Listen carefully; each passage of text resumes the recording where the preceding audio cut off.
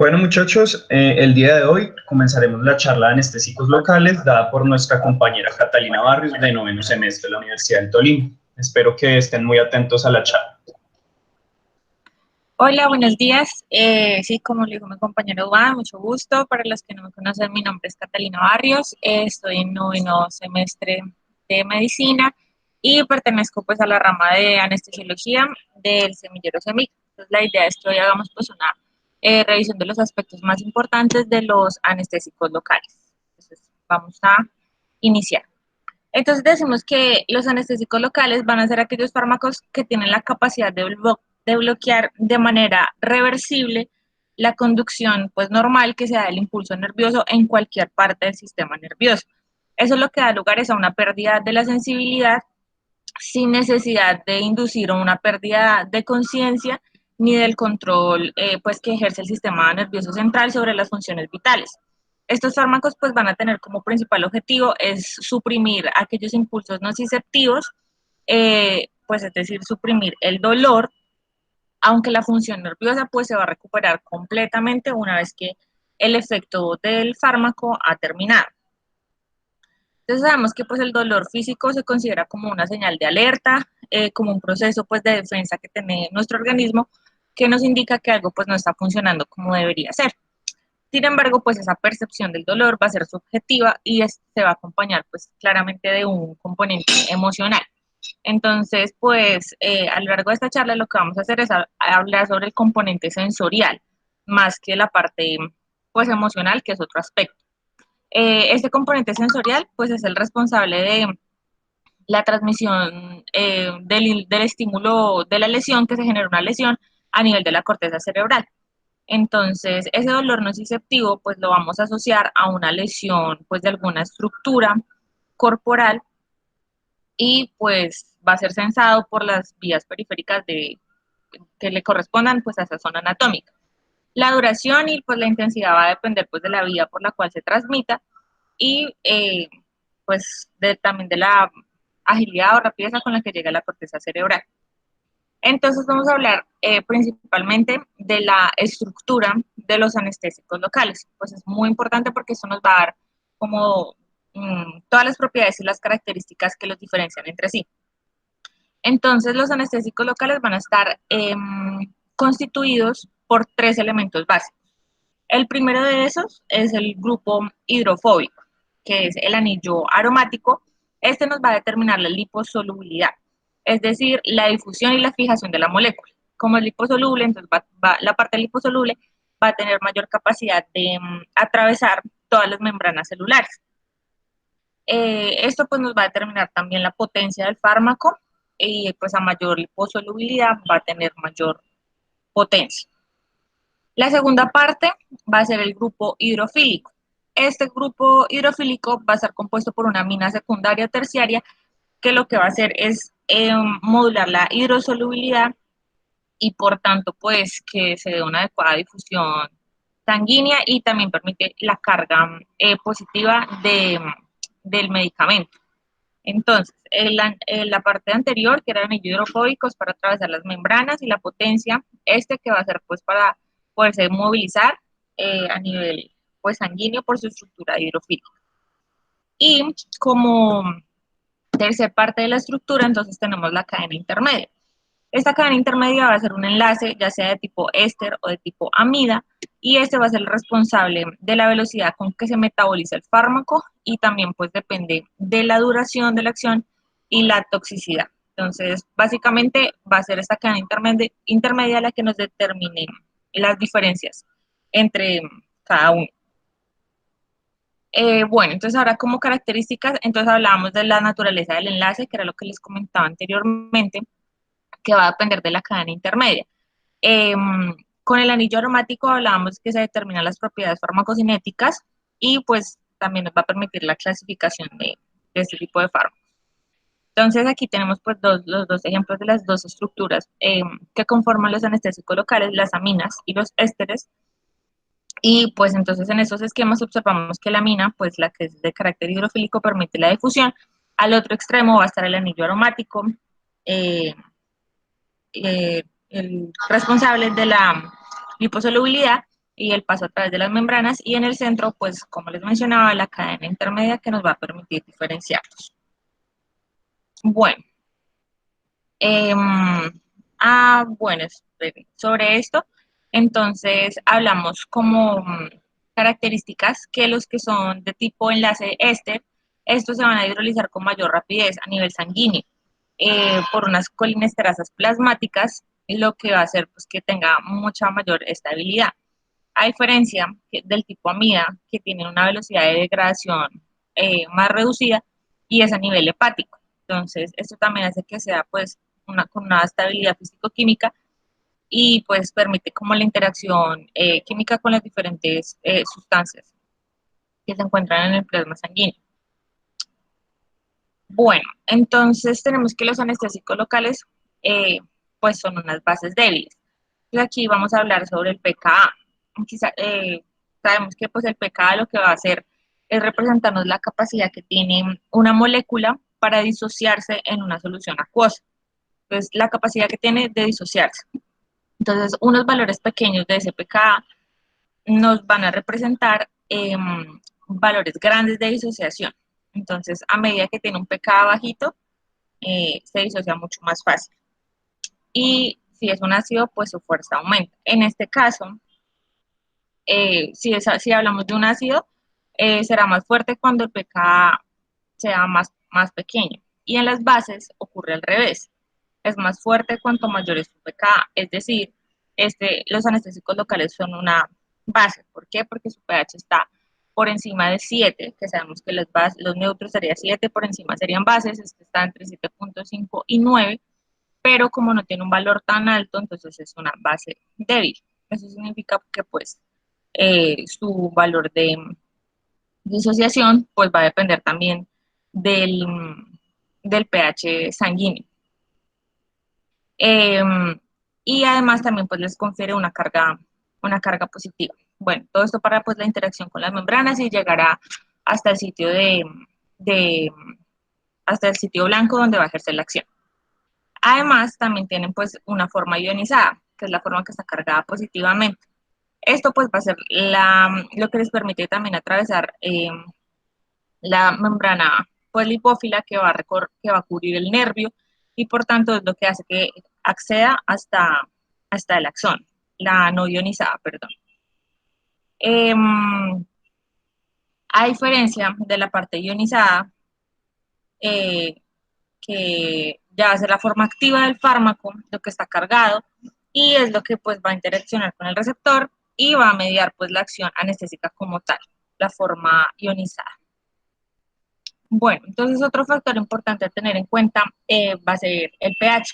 El pH pues va a determinarnos también la efectividad del anestésico local, tanto el pH de la presentación que tenga el fármaco como el pH del tejido donde se va a administrar. Porque en los tejidos, digamos que están inflamados, que tienen un proceso infeccioso, van a tener un pH pues alterado, este va a estar ácido y va pues a distar mucho del pH fisiológico, del normal. Entonces, lo que va a hacer es que haya una menor disociación del fármaco, evita que se disocie pues como normalmente lo va a hacer para ejercer su acción y por ende pues en estas zonas el efecto del anestésico local se va a ver pues reducido. Entonces es importante tener en cuenta el pH de la zona administrada. Otra de las características que tienen los anestésicos locales es que tienen un carbono asimétrico. Entonces, eh, es decir, que son moléculas quirales. Estoy hablando, digamos, en química orgánica. Es decir, que tienen, digamos, la misma estructura con los mismos carbonos, pero están ubicados en forma diferente. Es decir, que esto pues les da propiedades farmacológicas diferentes. Entonces, lo que ha permitido esto es que interactúe con receptores biológicos en bloqueos nerviosos y también para disminuir su toxicidad. Entonces, generalmente se comercializan,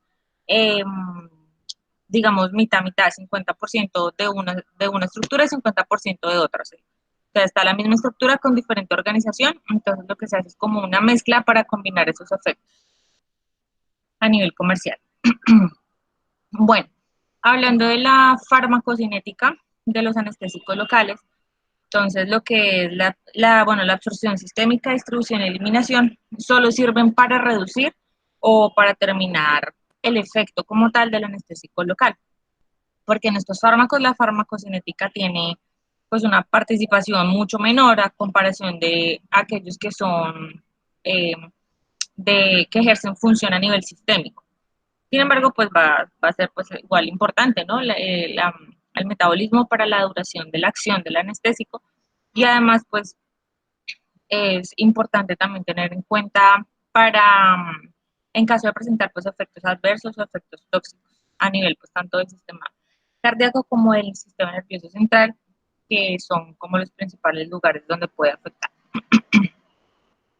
Bueno, entonces vamos a empezar hablando de la absorción.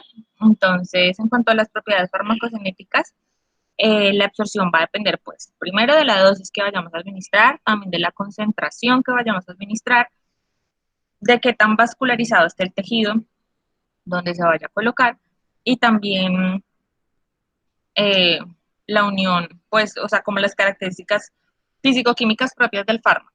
Entonces, de eso va a depender la absorción. Eh, bueno, porque van a haber unos anestésicos que van a ser pues mayor liposolubles, entonces estos van a ser mucho más potentes, van a tener una duración más prolongada y va a tardar, pero asimismo va a tardar en el efecto pues en alcanzar lo esperado. Hay que tener en cuenta pues lo que hablábamos de la vascularización de la zona, porque pues a mayor vascularización la absorción va a ser muchísimo más rápida, va a alcanzar concentraciones altas rápidamente, a diferencia pues que en un tejido que tenga flujo sanguíneo pues reducido. También los vasoconstrictores. Otro de los elementos que pues, va a condicionar la absorción va a ser la asociación del anestésico local con vasoconstrictores. Muchos de estos se combinan pues con epinefrina principalmente, que pues va a ser el vasoconstrictor que reduce la absorción sistémica del fármaco. Esta combinación pues es efectiva y es buena, bueno, sobre todo si en tejidos vascularizados, para permitir que se alcancen concentraciones más altas del fármaco en el lugar donde se administra, además de que prolonga el efecto anestésico y disminuye los efectos adversos a nivel sistémico, pues que se deriven de la administración, ¿no? Entonces, pues no en todos los casos se utiliza con vasoconstrictor, pero pues es una de las asociaciones importantes que sí van a ser útiles en determinadas situaciones.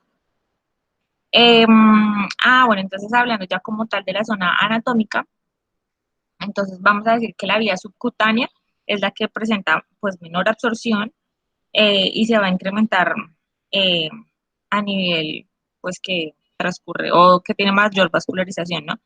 Entonces ciática, el plexo braquial, epidural, paracervical, intercostal, traqueal y pues por supuesto la de mayor va a ser la intravenosa.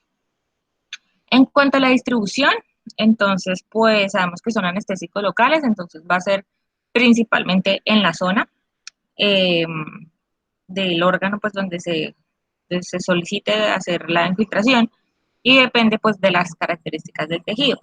Sin embargo, pues podemos encontrar también que hay una distribución a nivel sistémico, que pues nos alcanza también una concentración sanguínea máxima y se va a afectar pues por la cantidad de fármaco administrado, por la velocidad en la que se inyectó y también por la concentración pues propia del medicamento.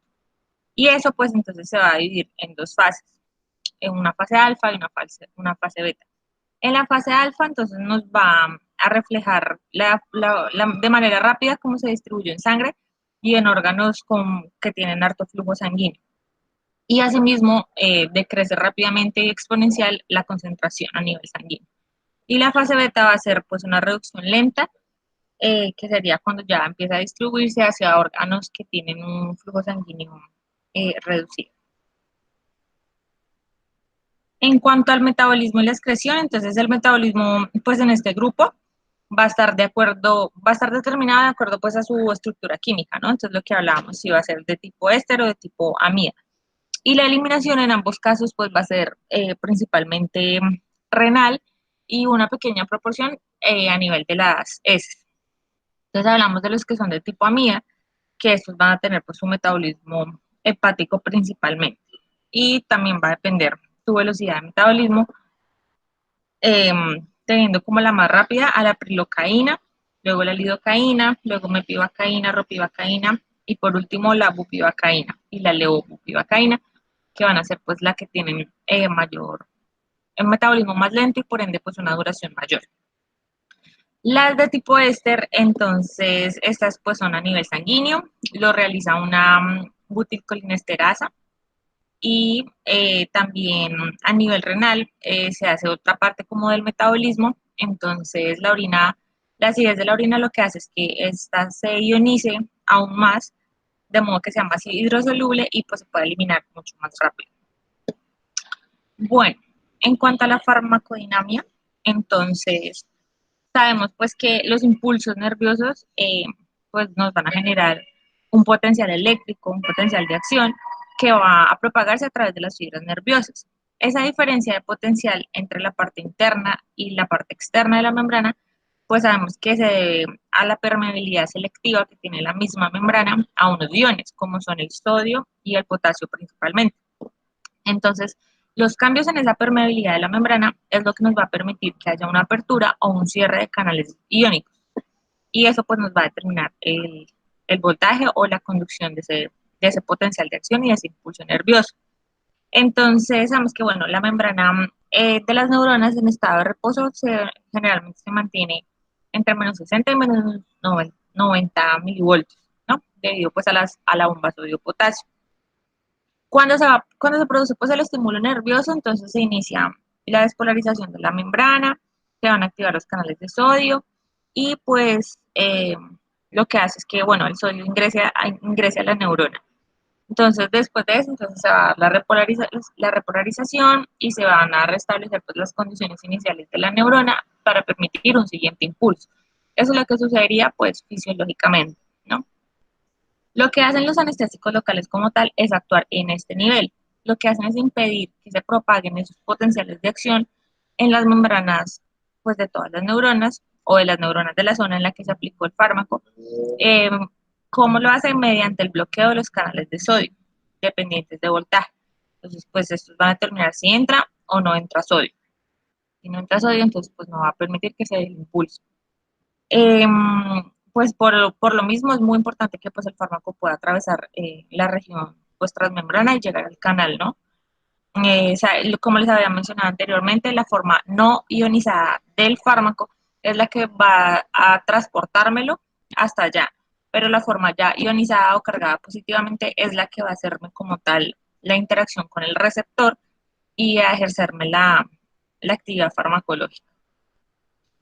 Entonces, pues eso también, entonces también el efecto del fármaco va a estar determinado, pues dependiendo del tamaño de la fibra nerviosa, pues en la que se vaya a aplicar, el tamaño y el tipo de fibra, ¿no? También si tiene mielina o esa mielínica.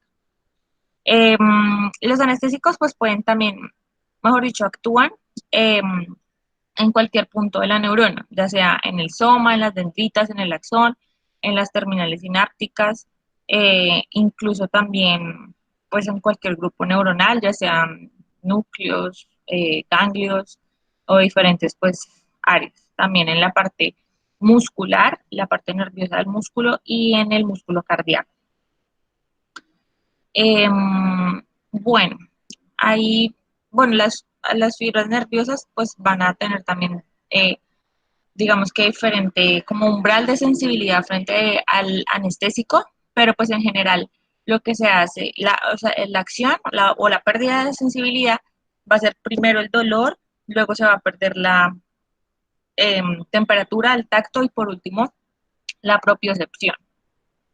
Entonces, cuando se administra el anestésico local, entonces lo que sucede es que, bueno, el umbral aumenta, el impulso se enlentece, entonces va a disminuir esa velocidad con que se eleva el potencial, va a ser mucho más lento, eh, la amplitud de la acción se reduce y cada vez la capacidad para generar un potencial de acción se va disminuyendo hasta que finalmente se anula por completo. Entonces, esto ocurre pues debido a que el anestésico está copando cada vez más su sitio de acción, que van a ser los canales de sodio, que es de manera progresiva hasta que se bloquea completamente. Bueno, los anestésicos locales también tienen otros efectos. Generalmente, bueno, lo que hacen principalmente es unirse al conducto de sodio, pero a veces lo hacen con poca afinidad y especificidad. Entonces hay algunos otros lugares que tienen una afinidad similar, como a los canales de sodio, y en donde pueden ejercer también acción. Entonces, un ejemplo de esto van a ser los canales de potasio, también los de calcio, que van a unir también a diferentes enzimas e incluso receptores diferentes, con los cuales también pueden interactuar y generar pues una acción. Bueno, entonces ahora vamos a hablar de qué factores determinan la acción del anestésico local. Ya hablamos de unos propios de la estructura físico-química como tal del fármaco. Ahora vamos a hablar pues a nivel corporal. Entonces va a ser el tamaño y el tipo de fibra sobre la que actúa. Entonces, ya les mencionaba que su acción se puede pues, identificar sobre cualquier tipo de membrana, en cualquier punto de la neurona y en cualquier grupo de neuronas. Y pues también hablamos del músculo y del corazón, ¿no? Y lo que les hablaba pues aquí ya se les había mencionado, sobre el orden de la pérdida de sensibilidad, ¿no? El dolor, la temperatura, el tacto y la propiocepción. La cantidad de fármaco disponible en el lugar de acción o la concentración mínima inhibitoria. Entonces esto también va a ser importante. Porque pues dependiendo de la cantidad de anestésico local que haya, para que se materialice como tal esa interacción entre el anestésico y el receptor. Entonces va a ser pues un factor crítico para que realmente se produzca el bloqueo de la conducción nerviosa. Esta interacción entre el anestésico y el receptor pues es reversible, ¿no? Y el anestésico va a dejar de ser activo, de ejercer su función, cuando la concentración pues del mismo caiga, ¿no? Y ya poco a poco se van recuperando el impulso normal. También las características propias pues del anestésico, de los excipientes que tenga, la forma, la presentación en la que venga el fármaco y por supuesto pues la vía de administración. Bueno, en cuanto a la frecuencia del impulso, entonces la repetición del impulso y la actividad del canal de sodio en respuesta del cambio pues, de potencial hace que el fármaco alcance rápidamente el lugar específico de acción. Es decir, que la misma transmisión del impulso hace que el fármaco llegue rápidamente hasta el sitio donde va a ejercer su acción y bloquee rápidamente estos canales. Pero para que esto ocurra, pues el anestésico tiene que acceder a ese espacio axoplásmico o al citoplasma de la neurona para que los canales pues permanezcan inactivos y se encuentre todo el tiempo la neurona en una fase de despolarización. Bueno, entonces teniendo en cuenta lo anterior, se van a clasificar los fármacos en dos clases, los aminoamidas y los aminoésteres, ¿no? Dependiendo de la cadena intermedia, que es lo que me va a determinar eso. Entonces vamos a hablar primero pues de las aminoamidas. Entonces, bueno, la lidocaína, que yo creo que es el que más conocemos, que es derivado del ácido acético, se va a tener una duración corta. Se utilizan las dosis, bueno, según la respuesta del paciente, también según el lugar donde se administre y el tipo como de efecto que queramos alcanzar. Pues la duración de la acción va a ser intermedia, la dosis tóxica diaria va a ser de 8 miligramos por kilogramo y esta viene asociada con epinefrina o sin epinefrina, ¿no? Dependiendo del lugar de administración. La lidocaína, pues su mayor uso es tópico, se utiliza pues para el dolor asociado a heridas, a quemaduras, picaduras, incluso hasta para hemorroides. Se utiliza también en las maniobras de intubación del tracto respiratorio, también en la uretra, y pues también en intervenciones de cirugía menor o ginecológicas de nariz, oído e incluso odontológicas también se utiliza la lidocaína. Tenemos la prilocaína, que pues es un anestésico derivado del ácido propinoico. Este se va a utilizar generalmente en cirugía ambulatoria porque tiene una acción muy corta y se recupera súper rápido. Hay una mezcla de esta prilocaína con lidocaína que se utiliza sobre todo para piel, pues para piel sana y se utiliza mucho pues en pediatría dermatológica. Y pues no tienen sí algunas diferencias como muy significativas con respecto a la lidocaína. Sin embargo, pues en la infiltración local y periférica se ha desplazado por otros fármacos por este riesgo, porque este presenta el riesgo de causar metahemoglobinemias. Entonces, por eso se ha visto como reemplazado y se prefiere pues utilizar la lidocaína. En cuanto a la mepivacaína, entonces esta se utiliza tanto con fines terapéuticos como diagnósticos, para infiltraciones, bloqueo nerviosos, centrales y periféricos, para anestesia endovenosa, ya sea regional, epidural o caudal, y la dosis pues va a ajustarse según la edad, el peso y el estado de salud de cada paciente.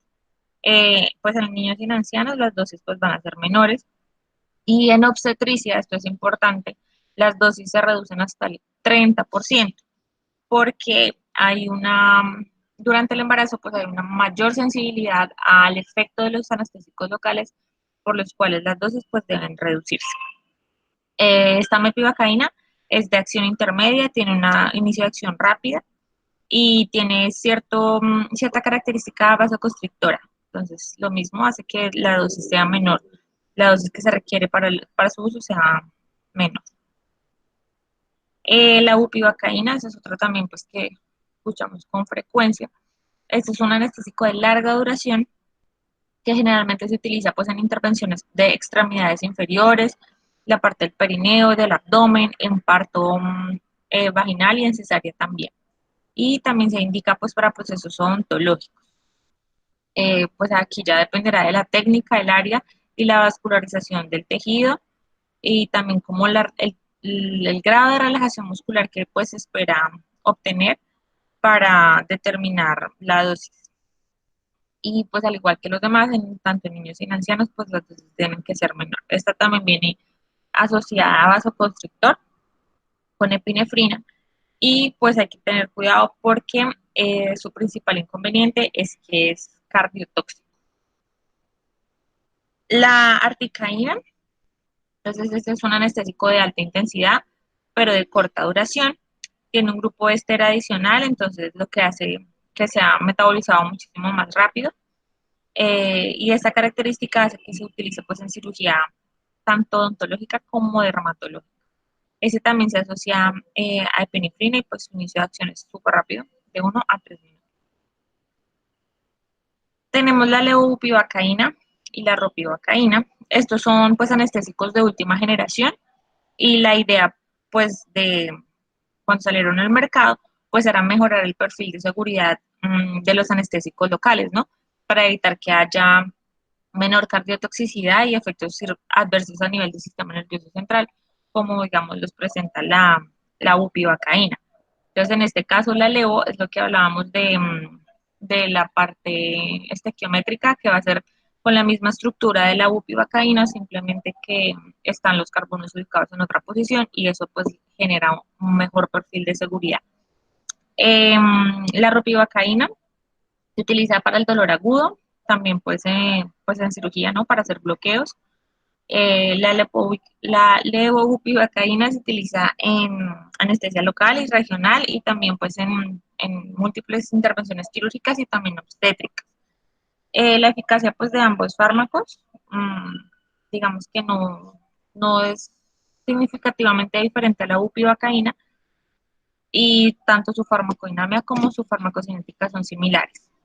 Pues el gran efecto benéfico de estos ya sabemos que va a ser menor efecto cardiotóxico. Luego entonces tenemos los aminoésteres, que son digamos como de menor uso o con usos distintos. Entre estos pues va a estar la cocaína, que pues como dato histórico pues fue como el primer anestésico local de la medicina moderna y se utilizaba en oftalmología y en odontología también. La benzocaína entonces se utiliza sobre mucosas de forma tópica para, para cuando hay alteraciones bucofaringeas o dolores también pues osteomusculares, pero generalmente es tópica. porque tiene una baja potencia y además pues pobre absorción. Entonces se utiliza pues ya es más como para cosas menores. Y además pues porque puede hacer también como reacción adversa, hipersensibilidad al ácido aminobenzoico. Tenemos también dentro de los aminoésteres la procaína o la novocaína. Estos tienen alta efectividad y también son más seguros, pues tienen baja toxicidad y pues no obstante, a pesar de que su acción es rápida, la duración de la acción es corta. Entonces se suele asociar a un vasoconstrictor. Se utiliza también pues vía tópica o como infiltración subcutánea, ¿sí? O intramuscular para los dolores como heridas, abrasiones, escoriaciones y también algunos bloqueos periféricos. Incluso se puede utilizar también asociado a penicilina y la idea de esto es para que haya pues una liberación mucho más lenta y el efecto del anestésico local permanezca pues por más tiempo. Tenemos también la tetracaína, esta se utiliza también a nivel tópico, en piel y mucosas, en oftalmología y también en urología, asociado pues como a un lubricante, asociado a lubricantes para eh, pues ocasionar efecto anestésico en esa zona. Pero ya no se utiliza a nivel pues ya de bloqueos como espinales porque se ha demostrado que tiene reacción anafiláctica, entonces solo de manera tópica. Entonces, estos pues son, digamos, como los principales. Sin embargo, pues no hay ningún anestésico local en este momento que pueda reunirnos, digamos, todos los requisitos para que sea tanto útil, efectivo como seguro. Entonces, pues la idea es encontrar el anestésico local que sea más adecuado, dependiendo de la intervención que se quiera realizar, de la zona y también dependiendo pues del tipo de paciente, ¿no? Entonces ahora vamos a hablar pues de unas reacciones adversas que pueden ocasionarnos los anestésicos locales y una de ellas pues va a ser a nivel local y esta va a ser pues asociada a la punción con la aguja, bueno, a las técnicas de asepsia, antisepsia y también pues se manifiesta como edema, eritema, pruritus, isquemia, hematomas. Entonces hay que estar muy pendientes de la forma en cómo se administra. A nivel sistémico, de las dos que mencionábamos, más importantes va a ser a nivel central y cardiovascular. Entonces también pues vamos a tener que tener pues, como una vigilancia o una supervisión de la evolución del paciente después de la administración y estar monitorizando, aunque creamos que es una, digamos, herida menor que solamente se está utilizando para una sutura, pero pues hay que estar pendiente de los signos vitales del paciente, que no vaya, digamos, a haber alteraciones en la tensión arterial, en la frecuencia cardíaca o en el estado de conciencia del paciente.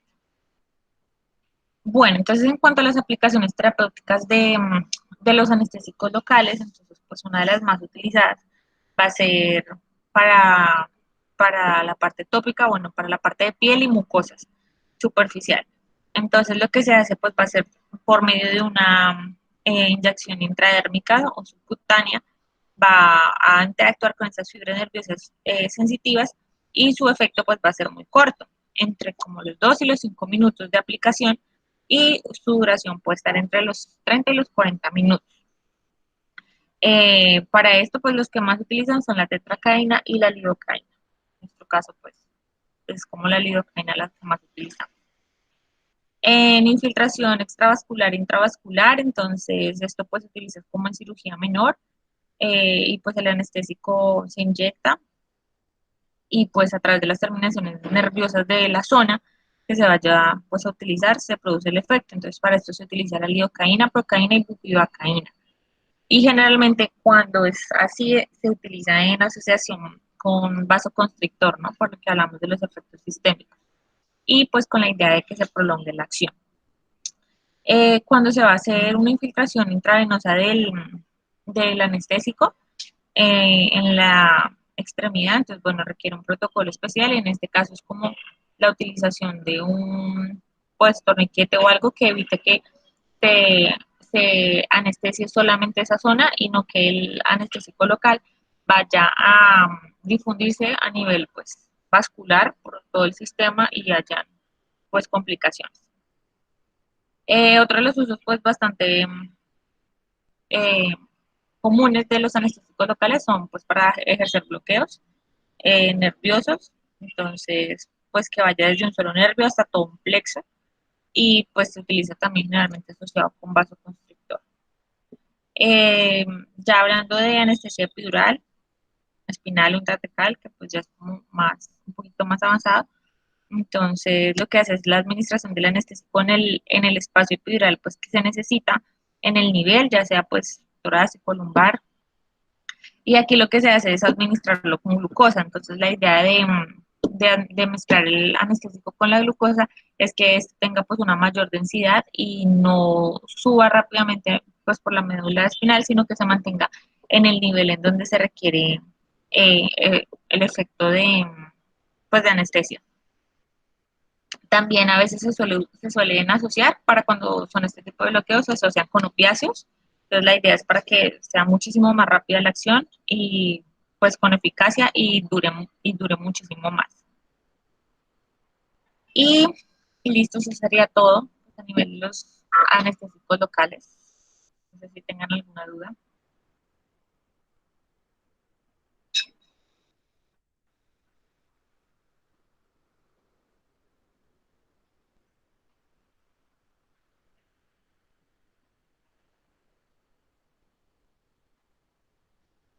Pues ahí lo importante es recordar siempre las características, aprender a diferenciar pues, entre una mina y un éster para mirar pues su metabolismo principalmente, ¿no? Si va a ser sanguíneo o si va a ser a nivel hepático.